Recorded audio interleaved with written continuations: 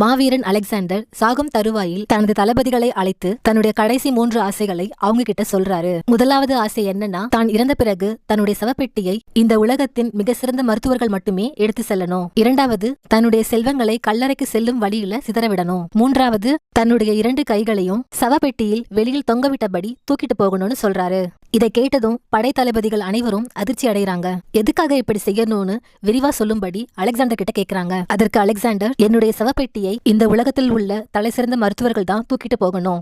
ஏன்னா என்னுடைய மரணத்தை எந்த ஒரு மருத்துவராலும் தடுக்க முடியல. இரண்டாவது, என்னுடைய சவப்பெட்டியை கல்லறைக்கு செல்லும் வழியில் நான் சம்பாதித்த செல்வங்களை சிதறவிட சொன்னதற்கு காரணம், நான் என் வாழ்நாளில் சம்பாதித்த செல்வங்களை நான் இறந்த பிறகு எதையுமே எடுத்து செல்ல முடியாது. இந்த பூமியில் உள்ள அனைத்து செல்வமும் இந்த பூமிக்கு தான் சொந்தம். மூன்றாவது, என்னுடைய 2 கைகளை சவப்பெட்டியின் வெளியில் தொங்கவிட்டபடி இருக்க சொன்னதற்கு காரணம், நான் பிறக்கும் போதும் எதையும் கொண்டு வரல, இறக்கும் போதும் எதையும் எடுத்து செல்லல. நேர ஒன்றுதான் விலை மதிப்பற்றதுன்னு உணர்த்ததான் இப்படி செய்யும்படி சொன்னேன்னு சொல்றாரு.